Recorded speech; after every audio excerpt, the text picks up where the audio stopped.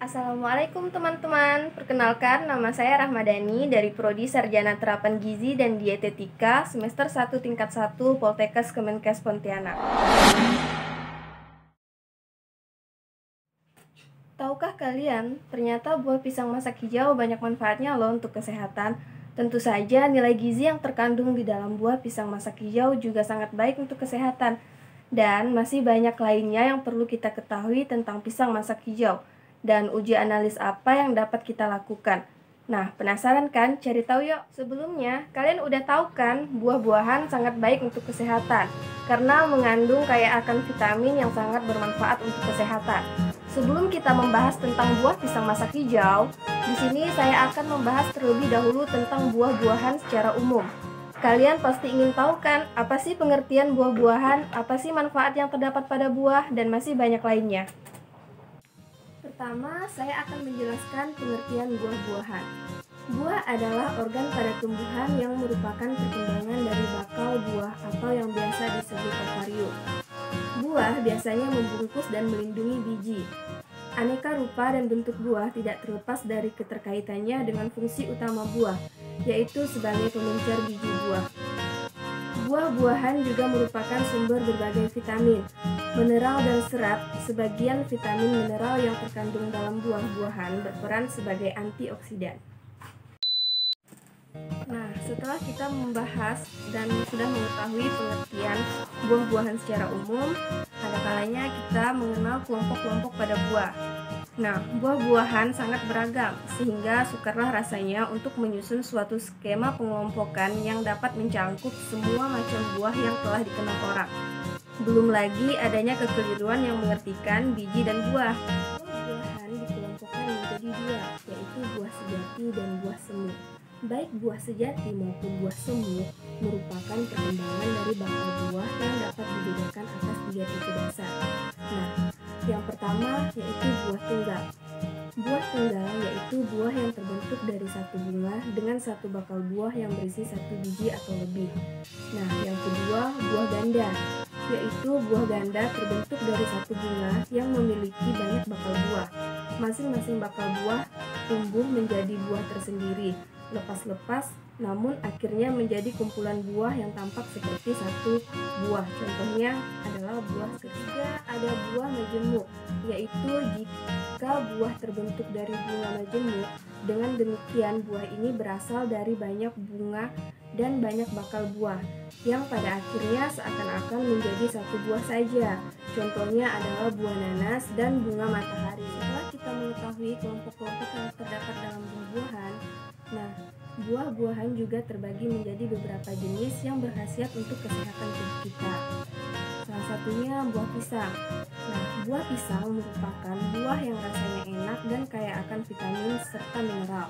Pisang berguna melancarkan pencernaan sehingga baik dikonsumsi rutin setiap hari.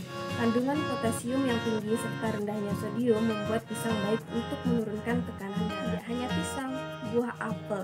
Buah apel juga sangat baik untuk dikonsumsi rutin karena mengandung 2 jenis serat. Serat larut yang dapat menurunkan tingkat kolesterol dan serat tidak larut yang dapat menyehatkan pencernaan. Konsumsi apel juga dapat menurunkan risiko terkena penyakit kanker, diabetes, dan penyakit jantung. Selain buah pisang dan buah apel, ada buah nanas. Buah nanas termasuk dalam buah yang kaya akan vitamin C. Selain itu, nanas juga mengandung bromelin, enzim yang dapat membantu meredakan radang dan pencernaan protein. Bromelin juga dapat menurunkan risiko terkena penyakit kanker dan tumor. Nah, selanjutnya ada buah stroberi. Stroberi juga kaya akan vitamin C serta mangan dan potasium. Buah stroberi memiliki indeks glikemik yang cenderung rendah sehingga tidak akan meningkatkan gula darah secara signifikan. Kandungan antioksidan yang terkandung dalam buah stroberi juga berperan untuk menurunkan risiko berbagai penyakit kronis. Ada juga buah lemon, buah semangka, dan buah jeruk, dan lain-lainnya. Masih banyak jenis-jenis buahan yang tidak dapat saya jelaskan satu persatu ya. Nah, mungkin kalian bisa cari-cari lagi di berbagai sumber karena sangat penting loh untuk mengetahui jenis-jenis buah dan manfaatnya untuk kesehatan tubuh kita. Juga banyak manfaatnya untuk kesehatan tubuh kita. Nah, manfaat yang secara umum yang terkandung dalam buah-buahan, yang pertama itu buah-buahan sebagai sumber vitamin dan mineral. Selain sebagai sumber vitamin dan mineral, buah-buahan juga dapat meningkatkan daya tahan tubuh, menurunkan kadar kolesterol, melancarkan proses pencernaan, dan masih banyak kok yang lain-lainnya. Buah-buahan juga dapat bermanfaat sebagai antioksidan dan anti kanker, mempercepat pertumbuhan, dan membuat awet muda. Nah, untuk kalian yang ingin awet muda, boleh nih dikonsumsi buahnya. Nah, setelah kita membahas pengertian, manfaat, kelompok-kelompok pada buah-buahan, serta jenis-jenis buahan, ada satu hal yang perlu kita ketahui, yaitu kandungan gizi yang terkandung dalam buah-buahan. Buah-buahan memiliki kadar air tinggi dan menawarkan bermacam-macam rasa, aroma, warna, dan tekstur. Buah biasanya rendah kalori, sumber serat dan vitamin yang sangat baik. Nilai gizi yang terkandung dalam buah-buahan yang pertama yaitu buah segar. Buah segar mengandung 75-98% air yang menyegarkan badan. Yang kedua, secara umum buah memiliki pH 2,5-4,5. Yang ketiga, buah-buahan juga mengandung asam. Asam di dalam buah terdiri dari asam sitrat, asam malat, dan asam tartar. Yang keempat, buah memiliki karbohidrat, terutama serat yang tinggi, dengan rentang berkisar antara 2-40%, tergantung jenis dan kematangannya. Yang kelima, persentase karbohidrat terbesar adalah serat yang tidak tercerna dan membantu pengeluaran feses. Yang keenam, buah-buahan mengandung protein. Protein dalam buah relatif kecil, sekitar atau kurang dari 1%. Ketujuh, buah-buahan juga mengandung lemak. Lemak juga sedikit, kecuali alpukat dan olive atau minyak zaitun yang mengandung sampai 20% minyak. Dan yang terakhir, buah merupakan sumber vitamin A dan C. Vitamin C mencegah infeksi dan mengurangi stres, sedangkan vitamin A mendukung kesehatan mata. Sekarang kita sudah tahu kan mengenai buah-buahan secara umum. Selanjutnya, saya akan menjelaskan buah pisang masak hijau sesuai tujuan utama dalam pembuatan video ini, yaitu mencari tahu tentang pisang masak hijau dari pengertian, manfaat, kandungan gizi, dan masih banyak lain. Sebelum kita membahas tentang pisang masak hijau, saya akan menjelaskan pengertian pisang secara umum. Pisang adalah nama umum yang diberikan pada tumbuhan ternak raksasa berdaun besar memanjang dari suku Musaceae. Buah ini tersusun dari dalam tandan dengan kelompok-kelompok tersusun menjadi yang disebut sisir. Hampir semua buah pisang memiliki kulit berwarna kuning ketika matang, meskipun ada yang berwarna jingga, merah, hijau, ungu, atau bahkan hampir hitam. Buah pisang sebagai bahan pangan menggunakan sumber karbohidrat, terutama. Di sini saya akan menjelaskan pengertian pisang masak hijau. Pisang masak hijau merupakan cultivar tiroid dari sekelompok pisang Cavendish.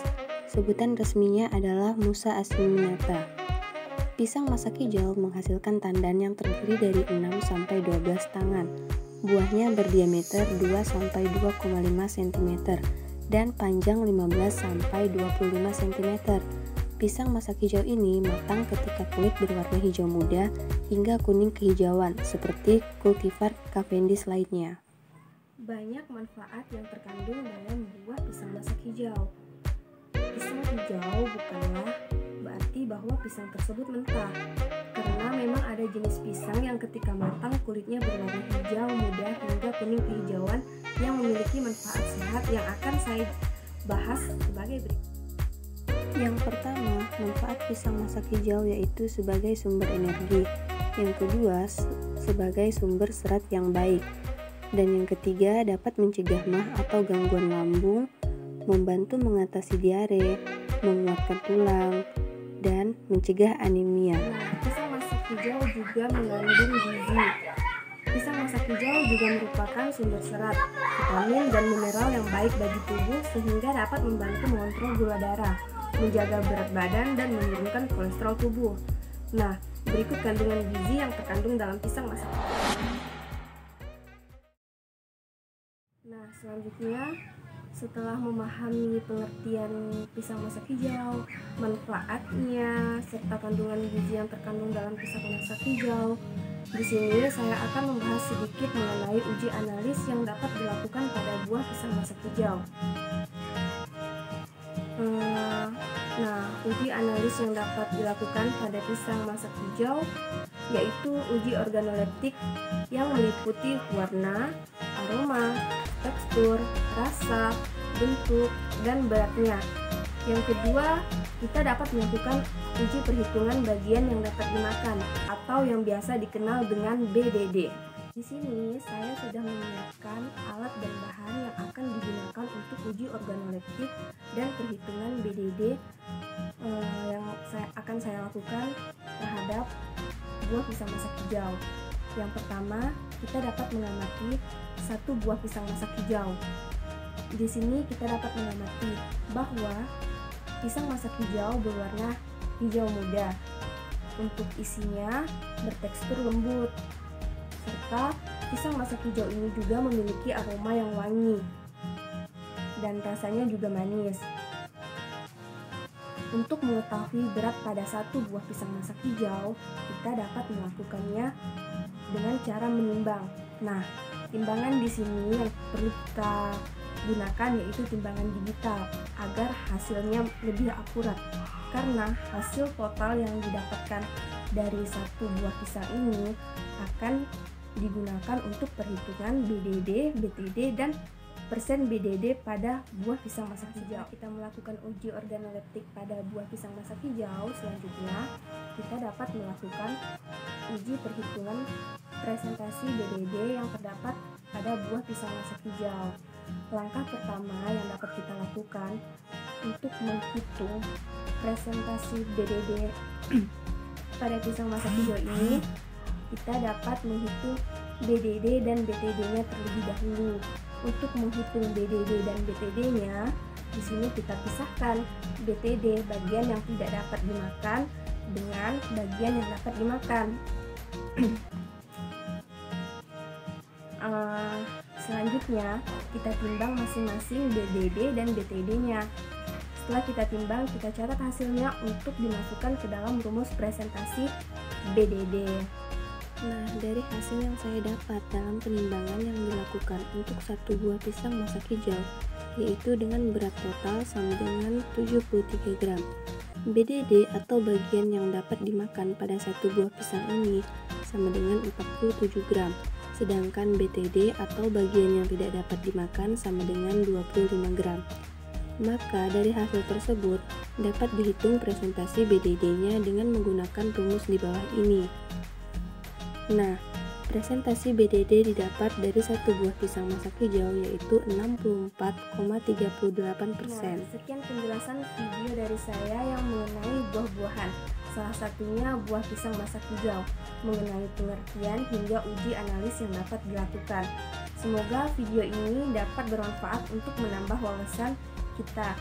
Sekian penjelasan dari saya, kurang lebihnya mohon dimaafkan. Wassalamualaikum warahmatullahi wabarakatuh.